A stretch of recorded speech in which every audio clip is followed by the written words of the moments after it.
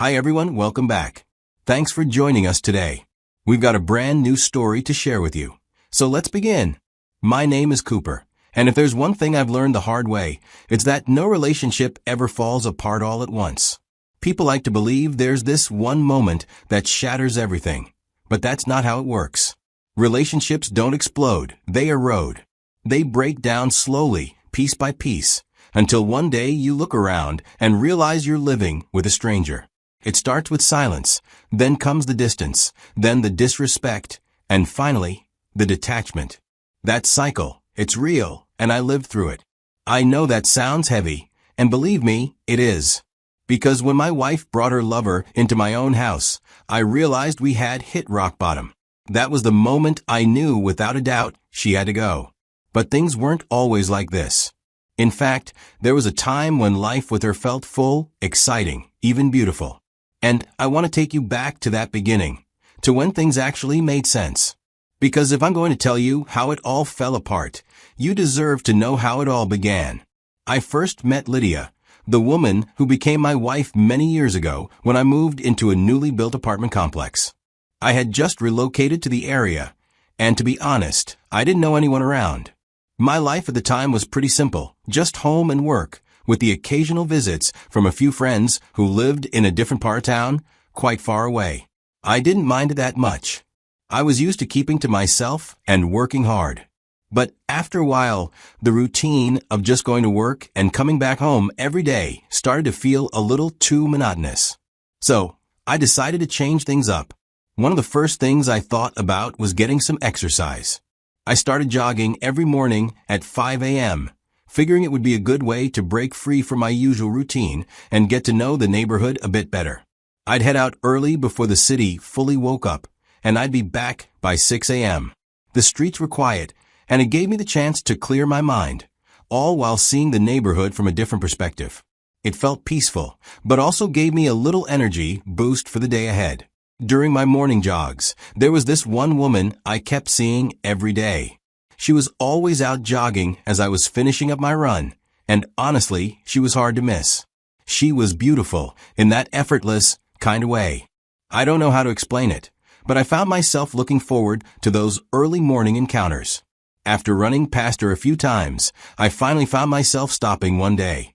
I didn't even think about it much before doing it, but I ended up walking up to her and asking, "Do you stay here?" She smiled, looked a bit surprised, and said, "Yeah, I do."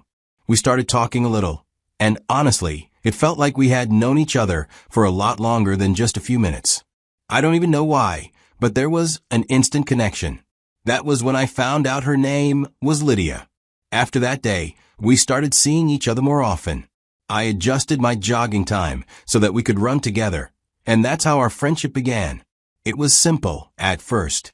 Lydia and I would jog side by side, sometimes talking, sometimes just enjoying the silence. But over time, I found myself thinking about her more, and little by little, our friendship grew into something more. As days went by, our connection became stronger, and eventually, we took the step from being friends to dating. Since we lived so close to each other, I started seeing Lydia almost every day. After work, I'd come home and we'd hang out, and that routine quickly became something I looked forward to. And before I knew it, it wasn't just dating anymore. We started talking about the future, and not long after, we made the decision to get married.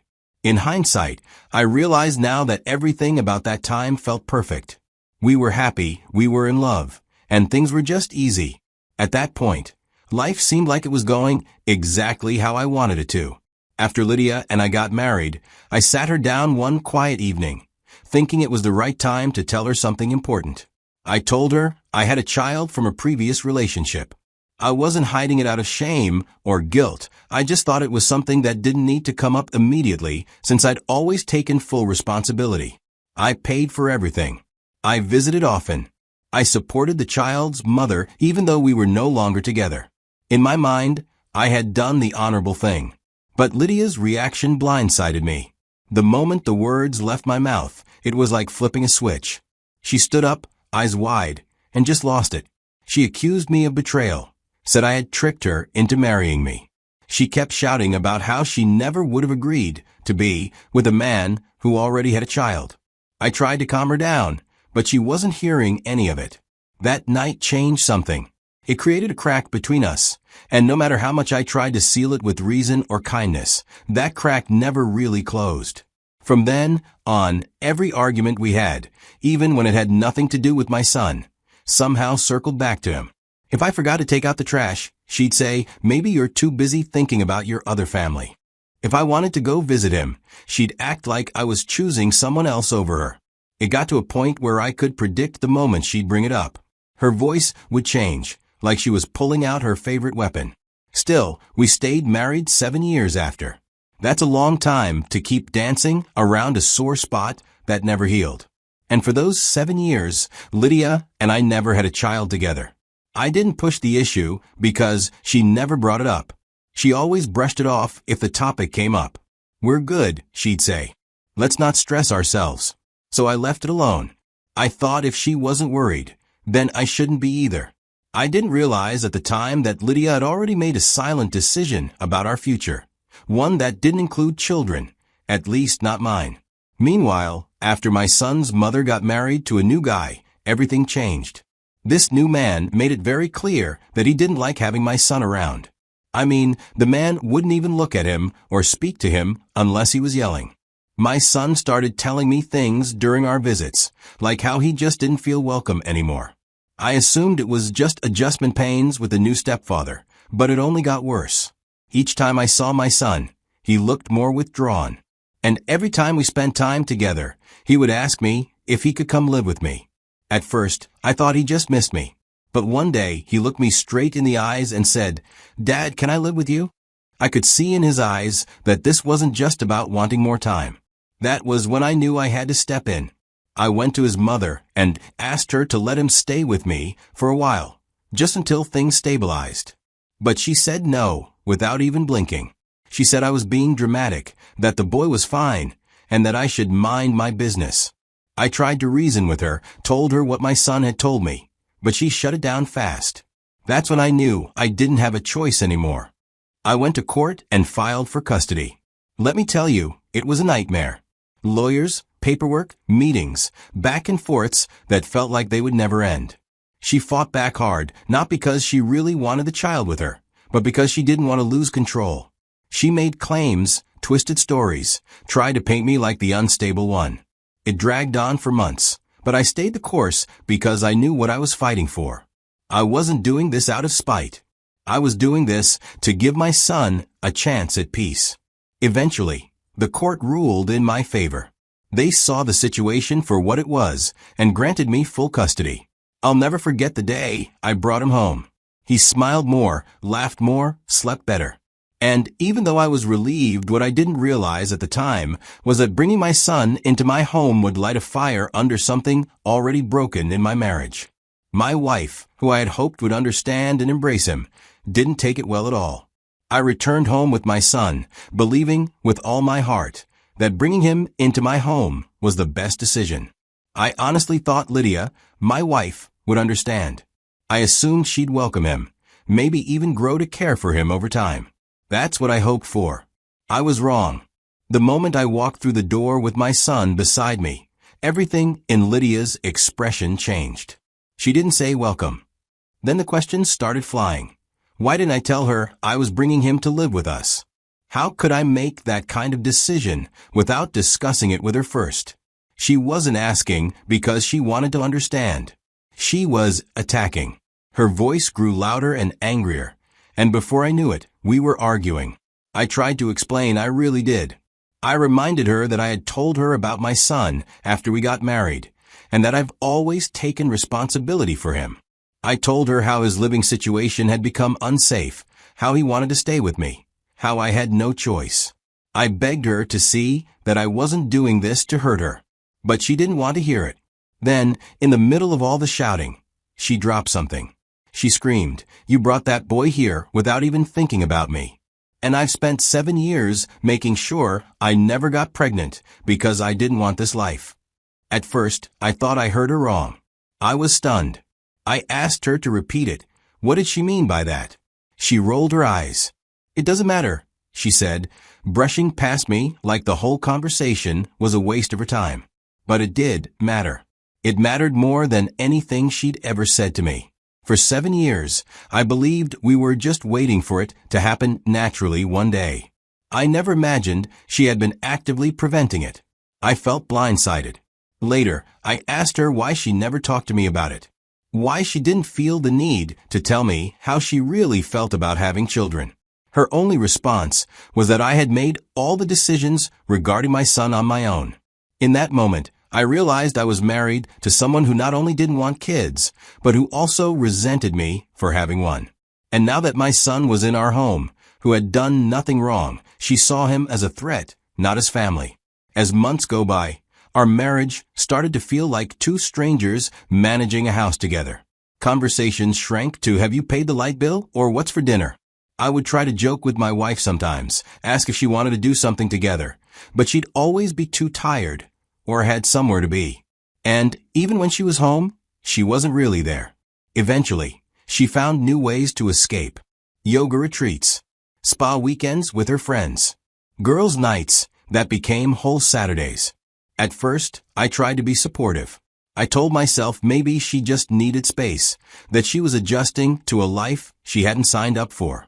But the more she drifted away, the more I felt like I was slowly becoming invisible. She became glued to her phone, smiling at her screen, whispering into late-night calls in the kitchen or stepping outside when a certain text came in.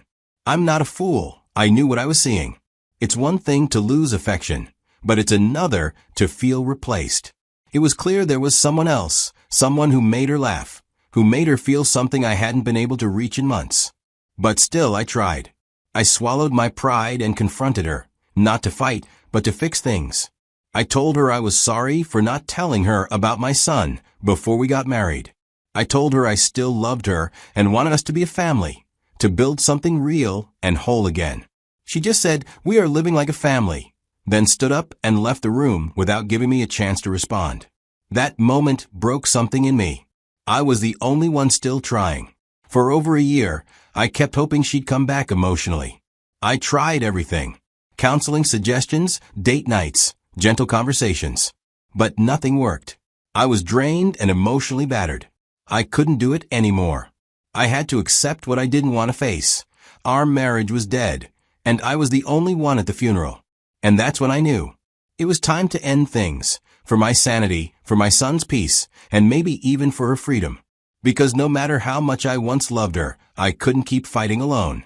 The day I made up my mind to file for divorce wasn't loud. I just woke up one morning after another night of her not coming home. I realized I wasn't about to send my son away to keep a failing marriage alive. That boy needed stability, and I couldn't provide that if I kept allowing chaos under my roof. If she wanted out so badly, she could have it, but not on her terms. Filing first might seem like a small thing to some people, but I learned it gives you control. You pick where the case is heard. You get time to sort your finances, gather documents, and structure your story. I researched and made sure to file in a jurisdiction that if I could prove that her behavior, her public disrespect, emotional neglect, and possibly cheating led to the breakdown of the marriage, the law would take that into account. And let me tell you, I had receipts. I spent weeks quietly gathering everything I needed. Photos, messages, videos, times she came home drunk, days she didn't come home at all, even the moments she was dropped off by another man, smelling like liquor and smoke. And while all this was going on, her behavior didn't improve. In fact, it got worse. It was like she thought I'd just accept it because I hadn't reacted yet, probably assuming that I am weak, or she believed I still loved her too much to let her go. Truth is, I did love her, but I wasn't going to let that love destroy my peace. I had a son watching everything. I couldn't teach him to be a man by being a doormat. One Saturday morning, I was sitting in the living room going over some documents when she walked in with a man I'd never seen before. She didn't even introduce him. She just walked up to me, pulled a white envelope out of her bag, dropped it on the coffee table, and said, "Sign the divorce papers and get out." I looked at her. Then I looked at the man. He avoided my eyes. I laughed. After everything, she really thought she could kick me out of my own house. That's when my son, who had been standing silently nearby, looked at her, and said something that stopped everything cold. "Mom, you really don't know?" She frowned. "Know what?" she asked, clearly irritated. I told my boy to go into the study and bring back the books. He came back a minute later with a thick folder tucked under his arm. I opened it up and handed her one of the documents. Her face went white.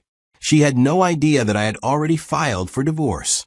No clue that I'd collected enough evidence to make any court question her credibility. She thought she could end things on her own terms. But the look on her face told me everything. She thought walking away from the marriage meant she got to walk away with whatever she wanted. It doesn't work that way. The legal battle that followed wasn't short, but it was revealing. She fought it first, thinking she could still come out on top.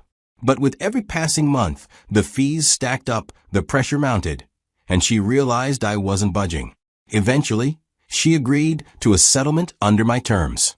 Well, let's just say she left with far less than she expected. Even after all that, I wasn't happy. I was just tired. Tired of trying. Tired of carrying everything while being blamed for everything. Tired of asking myself why she hated kids so much, or why she couldn't just tell me from the start that she never wanted one. Maybe I should have been upfront about my son when we met. I'll own that. But I'll never understand why she took every chance to reject him like he wasn't worthy of love. Anyway, that's where I'll leave it for now. If you've ever been in a situation like mine, or seen someone go through it, drop a comment. Like, share, and let me know your thoughts. I'll be reading them.